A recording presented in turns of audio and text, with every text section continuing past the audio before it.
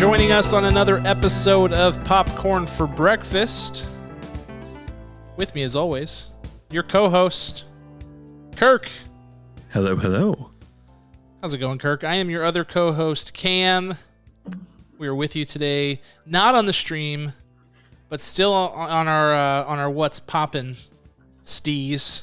We're going to be doing that. Steez. I had to find a word because I started the sentence in a way that I didn't know where I was going, so I just threw that out there. But we're still popping it up this week. We had a bit of a scheduling conflict, my fault, and so we're not on the stream. So sorry to all you live stream fans out there, but we're still bringing you What's Poppin'. So you'll still have it on the podcast, you'll still have it on YouTube. All you YouTube watchers, we see you, and we'll just keep rolling.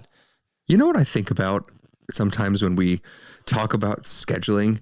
Yes. And I just wonder about, like, for 15 years from now, like when people are discovering our podcast and we're on episode 10,000. Optimistic. I like it. Right. They're like, wow, what a disaster that they must have occurred to not be on schedule when we're like super regimented in our 10,000th episode. I don't know. Yeah. I just wonder what those future listeners look like and sound like. And how surprised they would be to know that it was really just the fact that I didn't remember that my wife had a haircut. Right. Like that's the scheduling disaster. It's just that, like, whoops, I have to be alone with my kids and do double bedtime and all that fun stuff. Like, that's it. That's all. Disastrous. But it is disastrous. Sometimes that happens, and it's almost always just because I have forgotten something that I was supposed to remember. And that's certainly the case tonight, but no big deal. We're here. It's the day after Halloween, date of recording, November 1st, 2022, All Saints Day for those who celebrate. Ooh. Does anybody celebrate that? Forgive my ignorance if you do. It's like one of those things that I know exists, but I have no idea what it means. So, well, I mean, I celebrate privately. I thought you knew that. Yes. Oh, yeah. Sorry, Kirk. Didn't mean to. Thanks for being here. Now. Yeah, I mean, I pushed aside a lot to be here. That's why we're recording so late. You had festivities galore for All Saints Day, but we're here. It's Halloween. I always think of when November rolls around, it's on in the movie world, because this is like November. You get two things that start to occur. The reality that award season is coming starts to become very real and feel very real. You start to see some of those movies that are vying for award contention slip into the theaters, usually late November, mid to late November, all the way through December and then early January. That's sort of like the money season for awards contention. And then the other thing is holidays. Both Thanksgiving and Christmas are huge movie watching holidays. Thanksgiving more so lately has become a big thing. I know Disney scoops up a lot of the Thanksgiving windows. I know that they're doing a Thanksgiving early release of Glass Onion, Knives Out mystery this year. So there's been a few things like that. So we're, we've been kind of resting on our laurels here, Kirk, just enjoying the spooky season and the lack of big releases, but it's coming. It's coming for us. Yeah, I mean, the past 2 weeks, last week, and especially this coming week, I've just been texting you furiously saying, Cam, what are we going to watch? There's this, there's that, there's that. Should we go to like an indie theater? Should we go to just the local Marcus theater? And it's impossible to choose. It's going to be really difficult to line up week to week from here on out. It is. There, just this weekend, there's 4 movies that come to the top of my head, which is Enola Holmes 2, which is dropping on Netflix, Armageddon Time, which has Jeremy Strong and a bunch of others who I can't remember at the time. Causeway with Jennifer Lawrence and Brian Tyree Henry drops on Apple TV Plus this weekend, and My Policeman with Harry Styles and Emma Corrin drops on Amazon Prime Video this weekend. Oh my gosh. It's big. It's a big weekend. The Banshees. So. The Banshees of Inisherin. That's the new Martin McDonagh movie. Is that a wide release this weekend? Is that what's going on? Not this weekend, but it is released a little bit, just a little smidge this weekend. Yeah. And I wish I was near that smidge because I want to see it very badly. likewise. So we've got a lot of big movies coming out. Of course, Black Panther, I feel like, is the one that's really going to ratchet things up in terms of like when you think of a holiday blockbuster, that certainly fits the bill right before Thanksgiving. Huge, probably going to make $1 billion. I mean, I would bet. And so we're getting pumped up for that. But in the midst of all of this, and before we get into all the movies and reviews that we're going to do, we have to talk about the news, Kirk, because the news never stops, regardless of what movies are coming out, regardless of what's happening. The news is always happening. And we've got a lot of news this week, Kirk. So whenever you're ready, let's pop it up. I am so ready. Let's do it.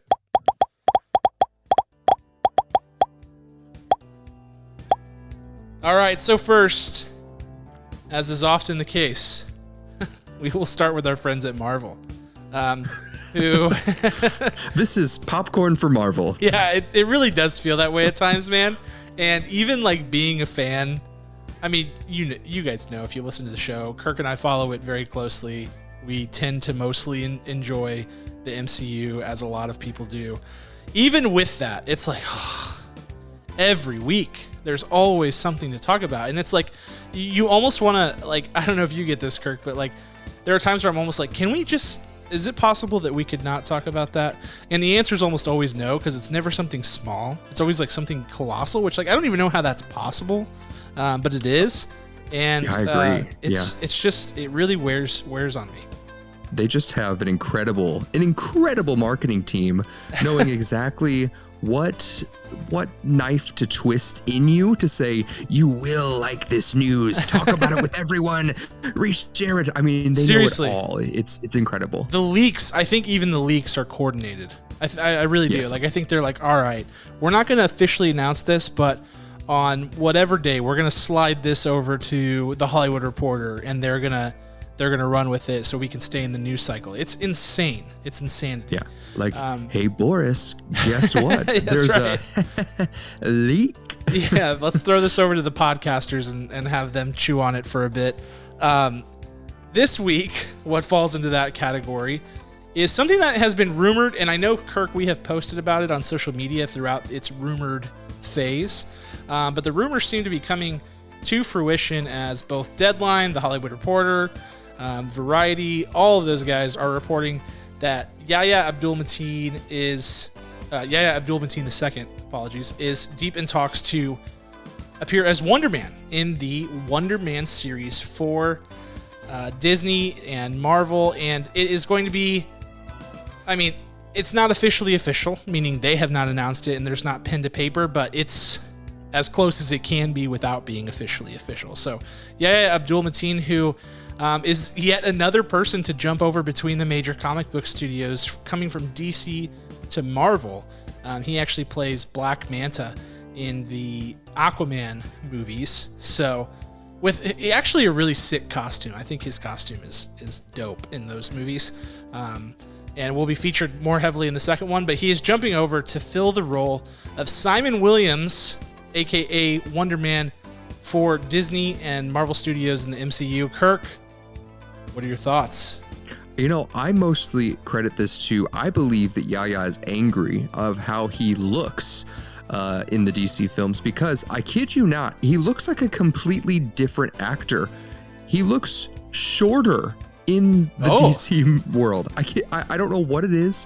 I don't know if it's the all black suit. I don't know. There's some strange facial hair that he doesn't have in any other film that he's done or series, and I think that's what it is. He's like, listen, I'm like 7 feet tall. Show me off, man. So if you're not going to do it, maybe Marvel will. I think that's the reason for the jump. I genuinely do. Yeah, what was funny for me is like when I saw a bunch of people posting another person, like Marvel snatches another person from DC or whatever. My first thought was like, DC, who does he play in DC? And I was like, oh, Watchmen. Right. Watchmen. Yeah, he was, he was. Yes. He was, spoiler alert, earmuffs if you haven't watched that series, he was Dr. Manhattan. And then I was like, oh, wait. I guess they're talking about Aquaman, because Watchmen is also DC and much better than Aquaman, in my opinion. But yeah, so exciting. I think my reaction is this. Yahya Abdul-Mateen, I think, is a generational talent. I don't know if I am higher on him than most, but I think I think the dude just slays. And apparently he's on Broadway right now, doing a show that I wasn't familiar with. It's a play, not a musical. It's a play, but is getting just like insane reviews. I was kind of thumbing through them, even though I know nothing about the show. And his performance is just being heavily lauded. I loved him in Watchmen. I loved him in Candyman. I thought he was so good in both of those things. Even in Ambulance, which I thought was a mediocre movie, him and Jake Gyllenhaal, I thought Yaya was great. And I thought Jake Gyllenhaal was great. I just thought the movie was pretty thin in terms of substance. But he's awesome. And I'm excited about this overall. I'm just like... Did you find the show? Diving into the internet, trying to find it. I haven't found it yet. I don't know why. That's okay. I'll look it up too. But I know that this character, Simon Williams, is an interesting one.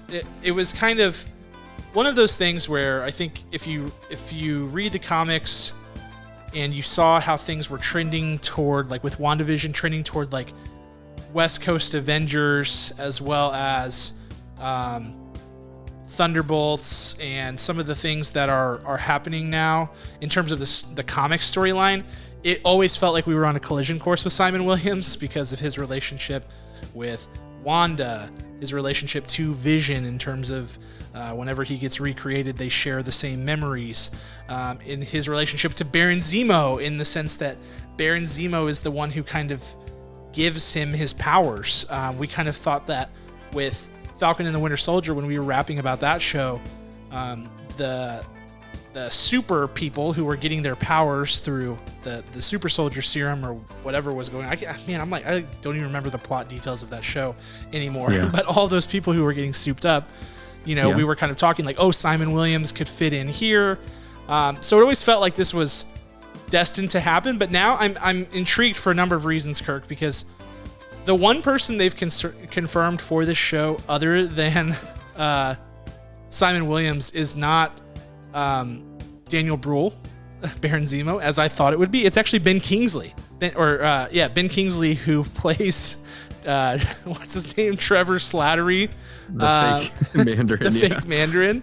That's the one person that they've confirmed. So now I'm confused, but overall I'm ecstatic about this news. Yeah, one more gripe about Yaya being in this role is that, again, I'm always trying to find a way for us to become part of the MCU.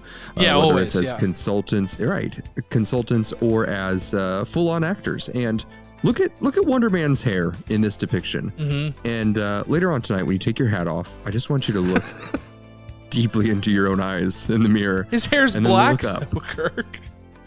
Your hair's black? No, it's not. It could be. Well, it's a deep dark brown, and it's just one shade away. You've just got the giant W. I should get a shirt like that because my last name starts with a W, and I could just wear that. Exactly. I think you should get a tattoo. Like Smallville style, where the S is like the weird S thing. It's like branded I just think that this was your role, and I'm a little upset with Yaya for taking it because you've got the hair, you've got the W scar across your entire upper body. Yeah, if ever there was a role, I think you should step aside. If ever there was a role, this could be it. Ben Grimm could probably be another one I could go to. I'm just thinking of broad people. But yeah, so I appreciate that, Kirk, always looking out for me. I do think there will be. I've already seen a number of like laughing emojis in the comments being like, Wonder Man's not black, and I'm just like, who cares? I'm seriously, I'm just like, this is the hill you're gonna die on. like right. This is the thing you've decided to be outraged about today, is that Wonder Man's not black. It's like, who gives a crap? He could be. They could write a comic tomorrow and he would be black, and they could name him Simon Williams, and who would care? No one. I don't think anyone would actually really care. It's just like, it's the fake outrage that I get mad about a lot of times with this stuff. Whereas like for me, I'm just like, Yaya is awesome, so this is a win. Right. As I've mentioned, when you first brought up Wonder Man, I said, seen him, don't know about him. Yeah. And I doubt the majority of even avid comic book readers are like, don't touch Wonder Man. Yeah, You know? yeah. Like, come on. Like, it does not matter. It's going to be exciting. I promise you. I agree. I think also Wonder Man has an interesting arc, I think similar to other people that we've seen, like the Echoes of the world, the U.S. agents of the world, who start off on a bit of a mean streak, Yelena Belova, and then end up becoming a part of the Avengers or becoming a part of fighting for the greater good. And Simon Williams fits into that as well. So he'll have, depending on how they go with it, I don't know of many comic book storylines other than the one that I'm thinking about right now, where he kind of gets his powers from Baron Zemo and works under Baron Zemo for a while. So that's what I'm envisioning, is like they're going to go that route, but they could come out with something totally out of left field. Either way, doesn't matter what the plot details are. I know the show is being showrun by Destin Daniel Cretton, who directed Short Term 12 and also directed Shang-Chi, and is going to be directing one of those new Avengers movies, Kang Dynasty, I think. So that's exciting to me, because I think he's probably one of the best people that Marvel has at their disposal. And I overall just feel like this is a win. I think if you're a Marvel fan and you don't know who Yaya is, my advice would be excited. Drop what you're doing. Yeah. And go watch every movie he's ever Definitely been in. go watch Candyman. I think he's so awesome in that movie, and I really loved that movie. I have the Funko Pop somewhere. It was right there. Now it's Crash Bandicoot. Sorry. But it's somewhere around here. Yahya Abdul-Mateen enters the MCU. I think this is a win for fans of the MCU. All right, moving on with more MCU. That's right. You thought we were done. It's never done. It's never over. And the next one, this one to me is strange. It's Vision Quest. They're making a show called Vision Quest for Disney Plus, an MCU show. I think a Vision Quest is like a thing. Like, that sounds really familiar. So it's either a movie that has already existed, or it's a phrase that people use, like, I'm going on a vision quest. We're going on a vision quest, a vision quest. It sounds to me like one of those, like a gimmicky competition game show from like the late 80s, early 90s. Like, it would be like a Legends of the Hidden Temple type of thing. They could have like a Vision Quest game show. That's what it sounds like in my head. What was that video game series on Nickelodeon where you played video games, and then by the end of it, if you were the winning team, you got to literally go inside the video game? That's gonna haunt me all night. That was fantastic. That game was. But yeah, something like that is what it's like, just a weird, corny enough name to sound like something from like the early 90s to me. Well, this is why you're probably thinking of 1985's Vision Quest with Matthew Modine. Oh, is it a movie? Exactly what you're thinking of. Matthew Modine. Yeah, okay. Matthew Modine. That vaguely rings a bell. Oh, perfect. It's the same plot too. A high school wrestler in Spokane, Washington, has trouble focusing on his training regimen when a beautiful young woman, who is a drifter, takes up temporary residence at his home. I mean, what? Vision, Paul Bettany, is Matthew Modine. It's the same story. And Wanda is the beautiful young drifter. It's all coming together, Kirk. If there's any, I'm gonna go watch that movie when Vision Quest comes out, and I will die if there's any similarities. Yes, that would be great. So that's interesting. It's such a weird title to me, but things we know about this, which is very little. First of all, we know the title, which is weird. We don't always know the title. They'll probably change it. They tend to do that. We know that Jack Schaefer, who was the showrunner for WandaVision, is going to showrun this show. I feel like feel good about that, right? Yes. Yeah. And we know that it's kind of going to be about what you would expect it to be about, which is that White Vision, which is like the reincarnated version of Vision in the real world, is on a hunt for answers about his life and his past and trying to tap into that. So kind of goes hand in hand with the Simon Williams thing. There are some things in the comics that feel similar to this, so maybe they'll cross over. But Kirk, are you ready for more Vision content? Are you ready for it in the form of a show? What are your thoughts? You know, I I think the show is correct for Vision. If it's all about Vision, right? So I would probably prefer White Vision to be an antagonist in someone else's movie. But if there's a lot of meat here, and I've heard a couple of rumblings online of possible storylines from the comics that White Vision could do, then I'm okay with it. The hardest part is that we've never seen Vision even as a central character. He is always a tertiary character. He's never even second tier, and now they're bringing him up. And I don't know if White Vision is a better option than Vision. This is all very confusing if you've never talked about Vision or knew. Yeah, can you imagine you've just been like dropped into planet Earth and you're like, wait, what are we talking about? He just said Vision 47 times. He said Vision. What does that mean? So I think there's a cool storyline that in White Vision's storyline, apparently, from my Wikipedia searching, that he grabs baby Kang and may or may not consider killing him in one universe. So that way, yeah.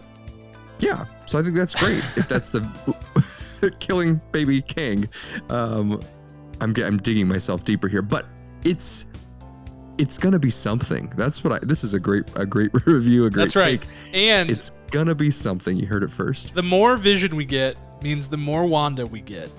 And the more Wanda we get is good, because the more Wanda means the more Wanda and her kids, and more of that means we're closer to Mephisto. We're still on track for Mephisto sometime in this decade. I think the thing that worries me about this, Kirk, is like people like the Vision that we saw in WandaVision was anomaly Vision, not the Vision. So it continues. let's just keep adding layers to this onion. So that version of him was more entertaining and more layered because he was like an idealistic version of Vision who came from Wanda's head. And so even a lot of that, like charisma and the things that we came to really like about this character in that show, will not exist in this version. This version will be void of all of that. I think it can be good. I certainly was one of the people who expected this storyline to be continued in Doctor Strange in the Multiverse of Madness. And after seeing the movie, I'm certainly glad they didn't try to add that wrinkle into the movie based on the direction they went. But I'm with you that I almost feel like we need him to appear in a movie at some point as like he could be an antagonist, or he could just be like even a post-credit scene or something to tell us like, where is dude at? Like, we have not seen him since WandaVision, and we've had multiple films, and he's just like out there looking for answers. So I'm intrigued, but I feel like it's in capable hands with Jack Schaefer. I trust her more than I do most people who have put Marvel shows out there so far, because I haven't loved all the Marvel shows, but I did love WandaVision.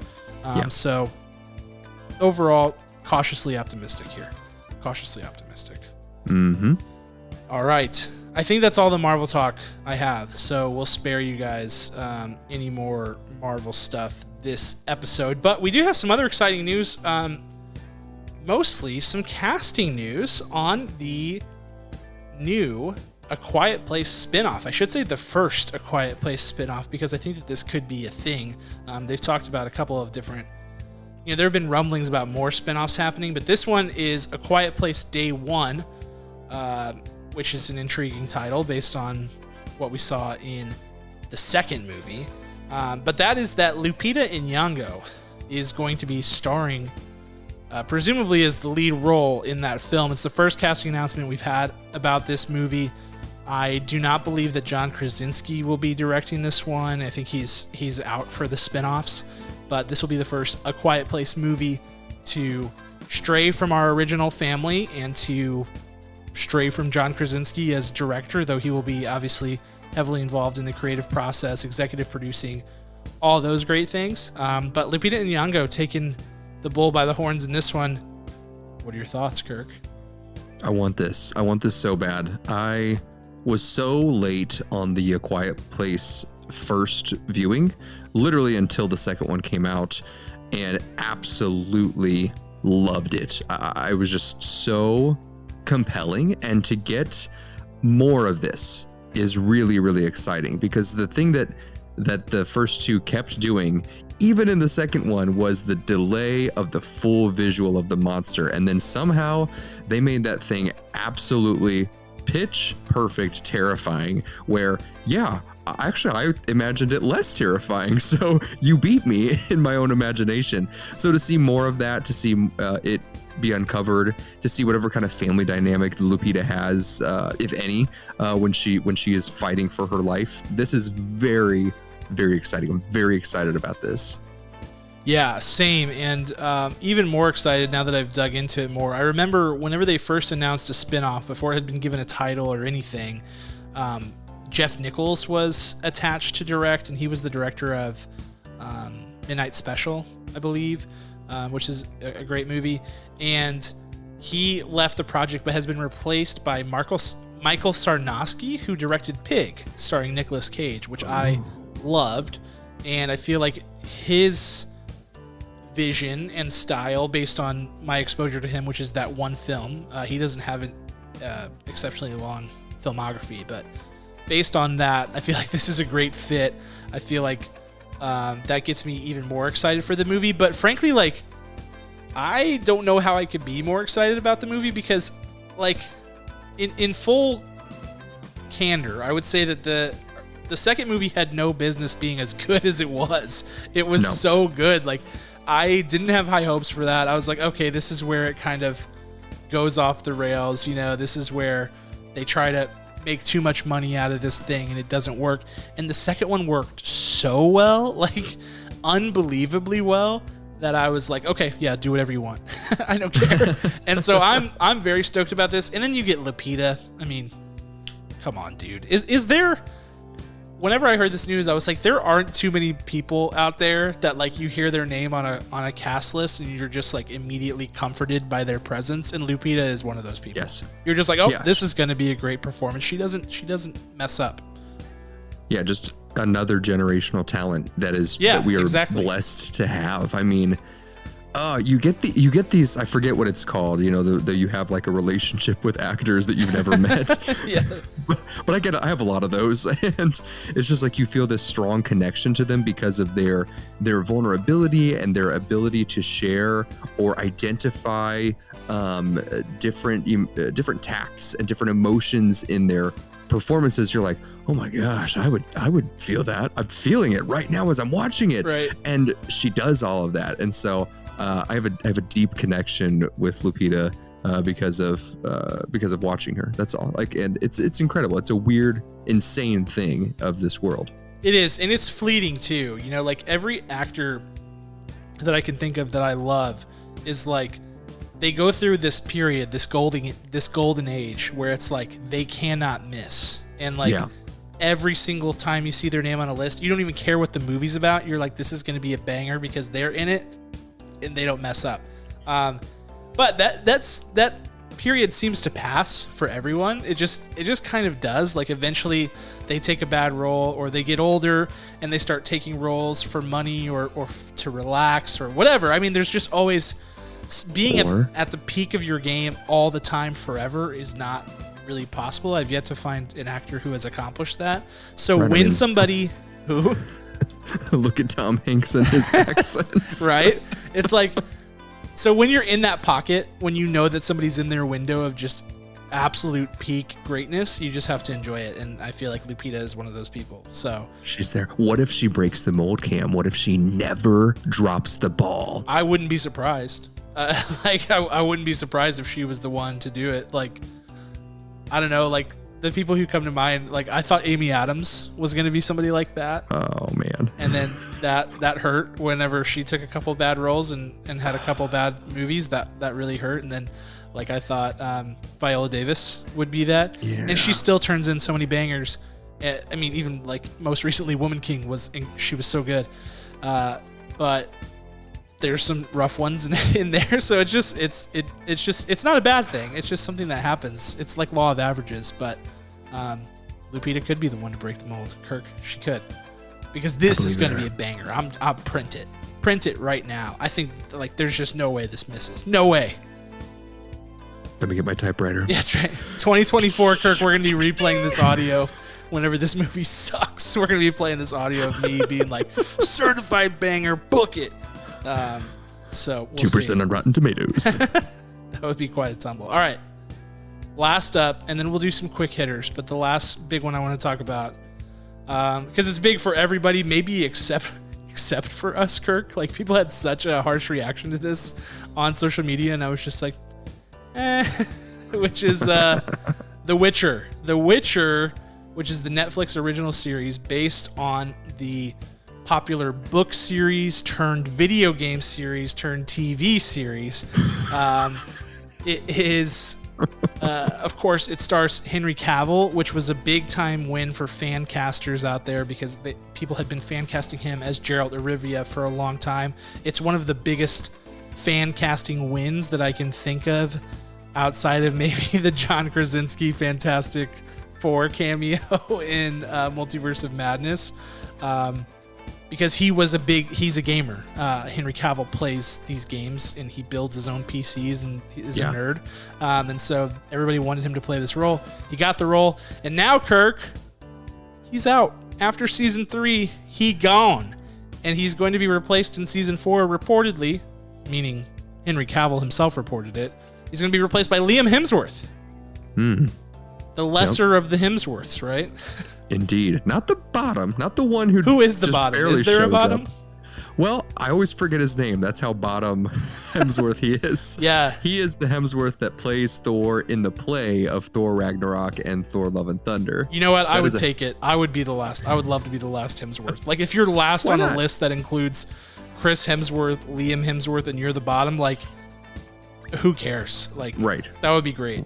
Right. Yeah. Here we are, Mr. Liam Hemsworth stepping in. I think it's really funny. I did try to watch this show. I watched part of the first episode. Yeah. And I fell asleep and I woke back up before Netflix suggested episode 2. And it was just absolute madness happening. Like, the room was spinning. There was like lights flashing. There was, I presume, a witch. This is called The Witcher. Like maybe falling through the floor or being sucked out of the window. And Henry Cavill is just like yelling at her. It was just bad. So I'm shocked that we got to season 3 and that season 4 is greenlit. That blows my mind.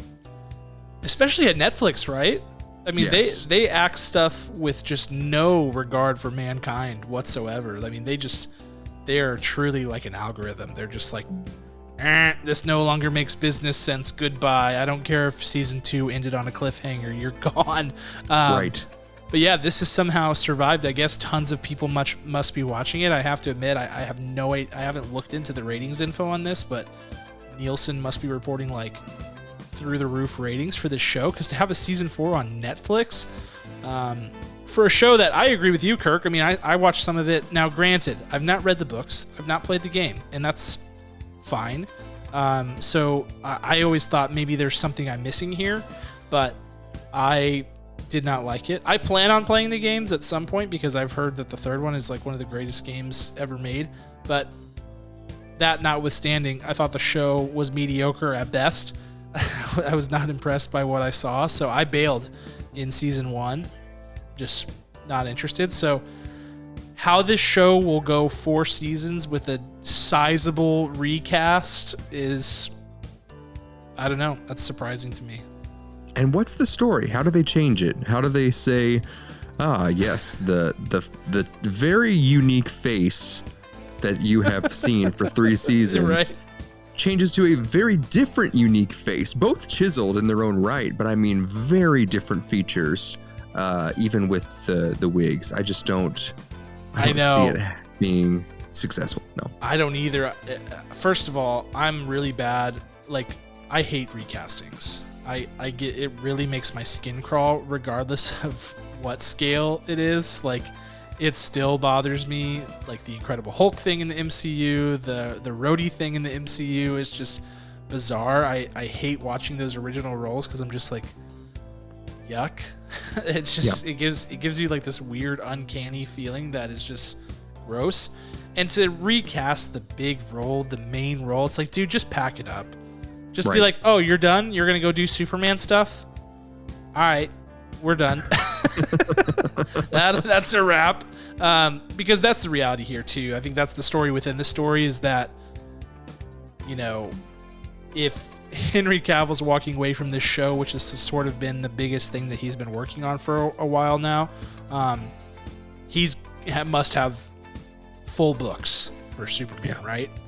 Yes, absolutely. The only way this recasting works is if it's John Cusack and Nick Cage, and that's only for one specific person, which is just you, me. Cameron. I wouldn't even know the difference. People would be like, it's did you notice they switched Nicolas Cage with John Cusack? And I'd be like, wait, what?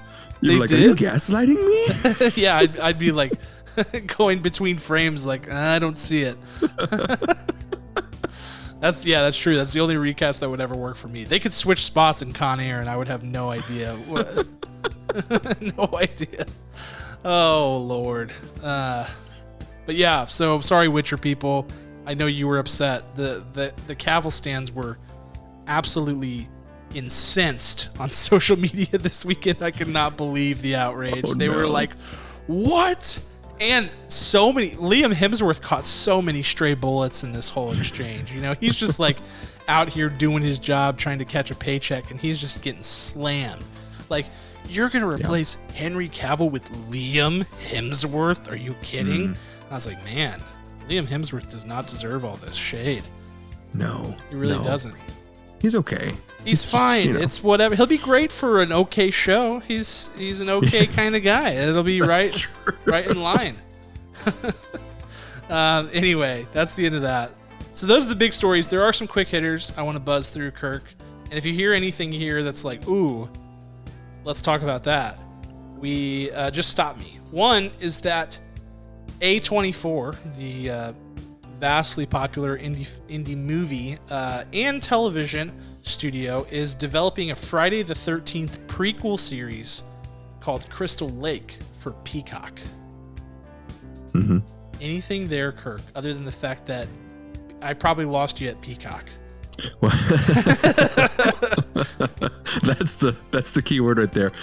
So like I'm trying to think like on Tinder, since thank the good Lord I've never had to do that. Do you swipe left or swipe right when you want to pass?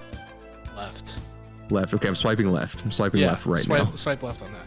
Yeah, I rewatched Friday the 13th over the weekend because it's not like my favorite, but because of the Crystal Lake thing, I was like, oh, maybe I'll give that a spin. I've just never been a huge fan of that series, and I still is just like, not the best. Not the best.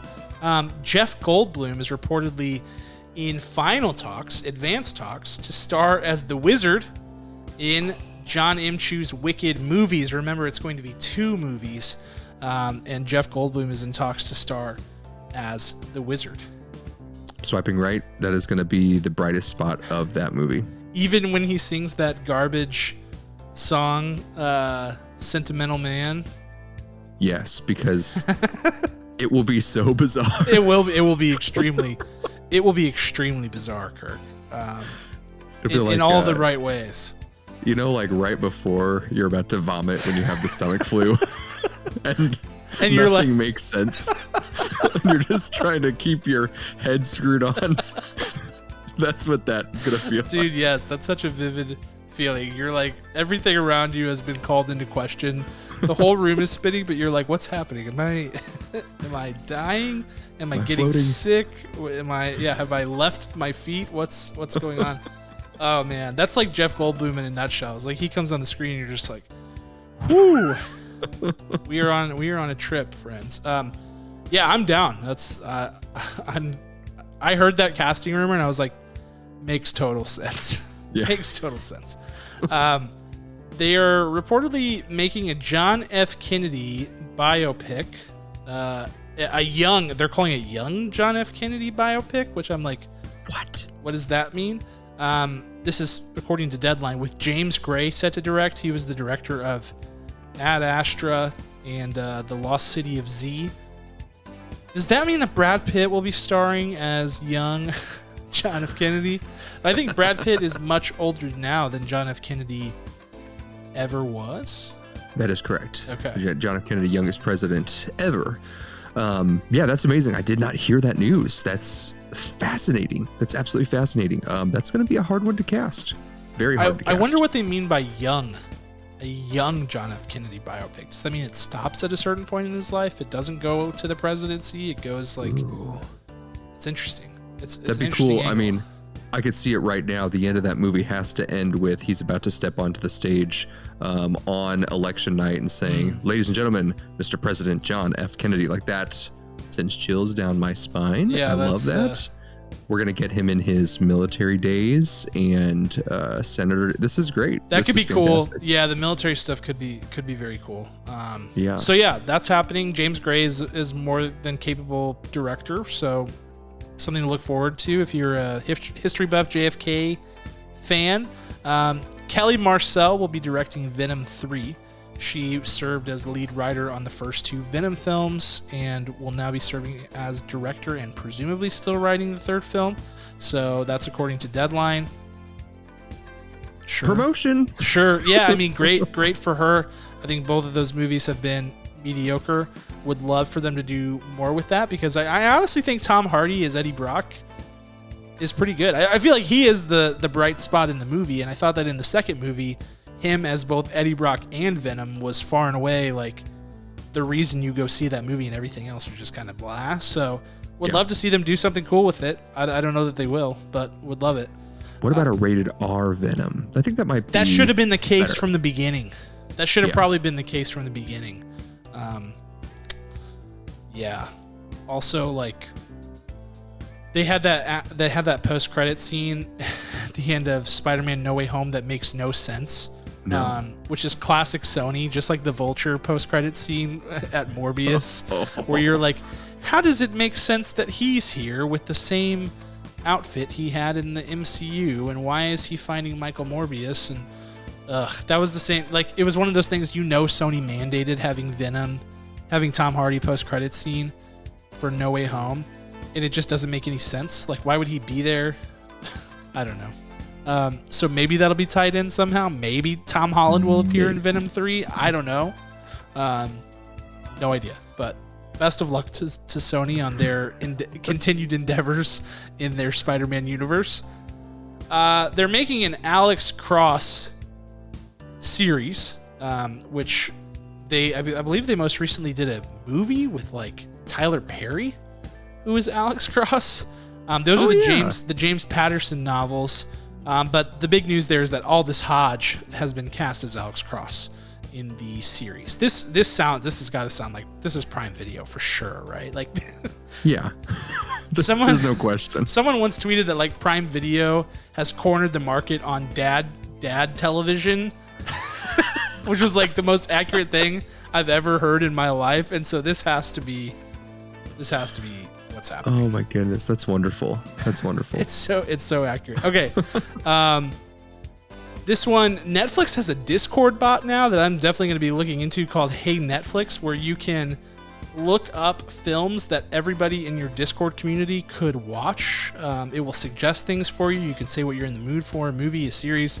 You can say which countries the people in your community are in, and it will suggest movies that you can all watch together. Whoa. And we have a Discord, so I'm just thinking, guys, I'm putting 2 and 2 together here. I feel like maybe watch parties coming in the near future. I don't know. That'd be amazing. It's called Hey Netflix. Hey Netflix. Yes. We'll watch The Witcher season 4 together. That'll be the first suggestion. With Liam Hemsworth. It's going to watch back all of our episodes and be like, that's the one. They love The Witcher. Suddenly the Netflix voice is like a lumberjack, but like a haunted lumberjack. Do you remember? Watch The Witcher. This is a deep cut. I don't know if anybody remembers this. Do you remember when Netflix had the Max? Get the Max on Netflix, and it was like a algorithm-driven thing where it would ask you questions and it would try to suggest a movie for you. Yeah, but I never used it because I was so new to Netflix at the time, and then it was gone within a month. and I was so upset. Oh, they got rid of it so fast. Yeah, I used it a couple times with a 0% success rate. I first of all would just keep running it over and over again until it suggested something that I like vaguely wanted to watch. And the one time I just took its first suggestion, the movie sucked. I can't even remember what it was, but I was like, oof, thanks, Max. But yeah, this reminds me of that. I think that engineer was immediately fired after. Watch, this is the same. This is probably the same algorithm, just like repurposed into the Hey Netflix Discord bot. It's gonna like just remember me and keep suggesting the same movies, wreaking havoc across the internet. I love it. Next news. First potential news of the James Gunn era at DC. Green Lantern, that Green Lantern series we've been hearing about forever. That's supposed to be coming to HBO Max. Poor Green Lantern, man. It just never, that character never catches a break. I have my ring. You can't see it because it's green on my green screen. It's just changing colors. Oh, it's crazy. I love it. Absolutely crazy. But there it is. But that series is still happening. It's being redeveloped, and here's the kicker. The series was originally set to focus on a couple of different Green Lanterns, like Guy Gardner or Alan Scott and a few others. But now we'll focus on Jon Stewart, who is the Green Lantern of my childhood from the Justice League series that was on Cartoon Network. All bangers all the time. So good. Jon Stewart is an absolute G. So I'm stoked about that. But then there was another report that the budget had been like totally slashed for that show and is going to be much smaller than usual. To which I say, perfect solution here, Kirk.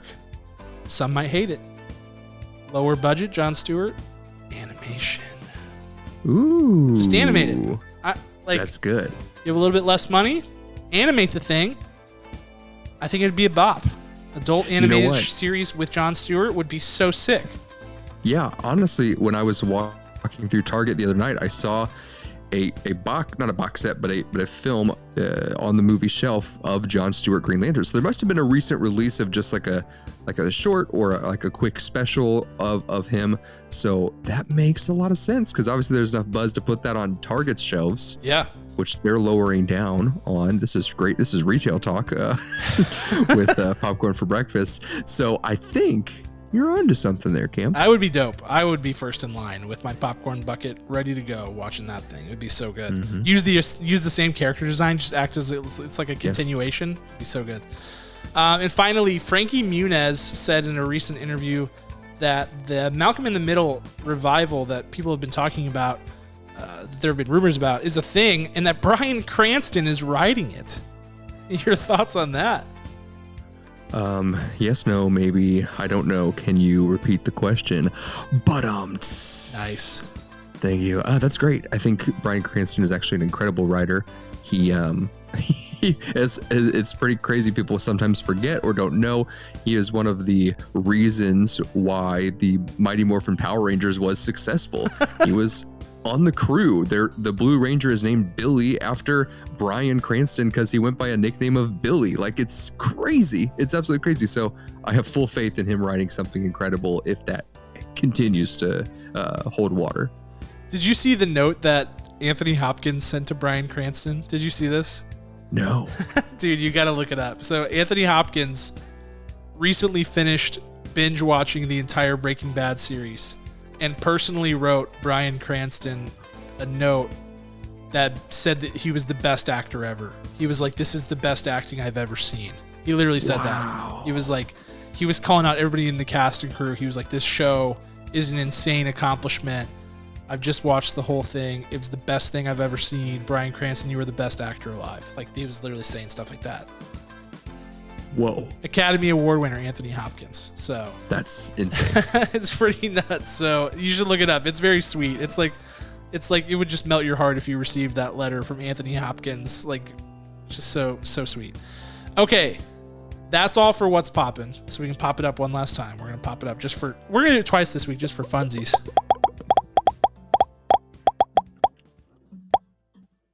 But before we go, some things you should watch for this week, okay? Ready for this? There's a lot.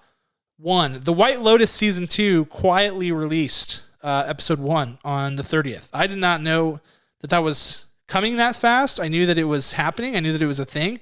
I knew that The White Lotus won a zillion Emmys at the Emmys very recently, and that season 2 was happening. And then they were like, The White Lotus season 2 is here, and I was like, what? Surprise. So season 2 is kicked off. Episode 1 premiered on 10:30. Episode 2 will be, this Sunday. They're going to keep going every Sunday night. So HBO and HBO Max for those who are subscribers there. The Dave Filoni run TV series of shorts called Tales of the Jedi that we've talked about a few times on this show is now streaming on Disney Plus as of last week. So go check that out. I have not gotten a chance to watch that because I've been watching House of the Dragon. I've been watching The Rings of Power. I've been catching up on a lot of TV, but that is definitely on my list. We talked about it earlier. Enola Holmes 2 will be streaming on Netflix exclusively starting this Friday, November 4th. Interesting note, they've got that new ad-supported tier of Netflix kicking off this week as well. I think it's this week. Could be next week. Oh dear. They're saying that. What? Is that when they crack down on all the passwords too, Cam? No, they said that's going to be more like beginning of next year is when they're going to start. Password apocalypse. Password apocalypse. Yeah, they're coming for us, Kirk. They're going to get us. They're going to round us up, firing squads, the whole deal. It's not going to be good. No. It's not going to be good. So hide your kids, hide your wives. It is not. They're coming for us. But what I was getting to is that the one thing I hadn't heard until recently is that the ad-supported tier has some titles that are not available. That you get. There are certain things that are locked behind a paywall for the ad-supported tier. So I was wondering if Enola Holmes 2 falls into that category, but I don't know. I hope not for anybody who's hoping to take advantage of the ad-supported tier. So you're talking about like it might be almost like Disney Premiere in a way. Yes, exactly. Oh. But not that you could pay like a one-time deal, but that you would have to upgrade your subscription in order to be able to watch. Possibly just for that month. Yeah, possibly just for 1 month. If you were just like, all right, there are 10 things that I'm not allowed to watch. I guarantee Stranger Things is on there. How much you want to bet? Oh, absolutely. They probably absolutely. That's pretty evil, though. That's pretty evil. The Witcher's not. They need as many people. They're like, you can watch The Witcher season 4 coming soon. Liam Hemsworth, baby, get fired up. Poor Liam Hemsworth. We're just now we're the bullies. See, we are. I was like, poor Liam Hemsworth, and now we're just piling on. It's been a recurring bit now. Other things releasing on the 4th, My Policeman starring Emma Corrin and Harry Styles.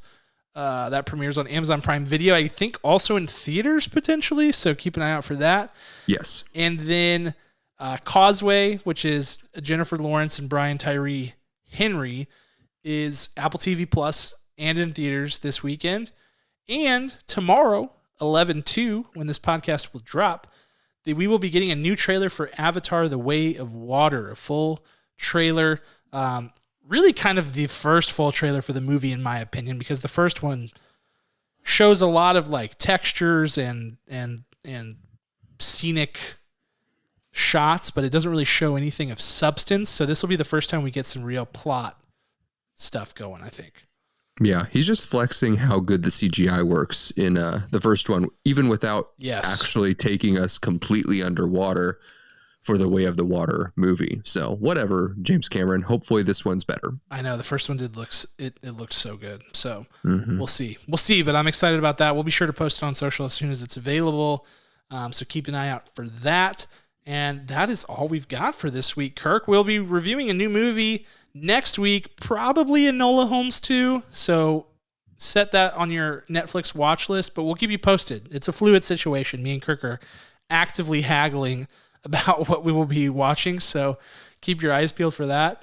Other than that, I want to give a special thanks to our executive producer, Ryan Spriggs, as well as the band Rhetoric, who created our original music. Take a listen to them on the way out, and we will see you later this week for our review of Wendell and Wild. Talk to you then. Bye.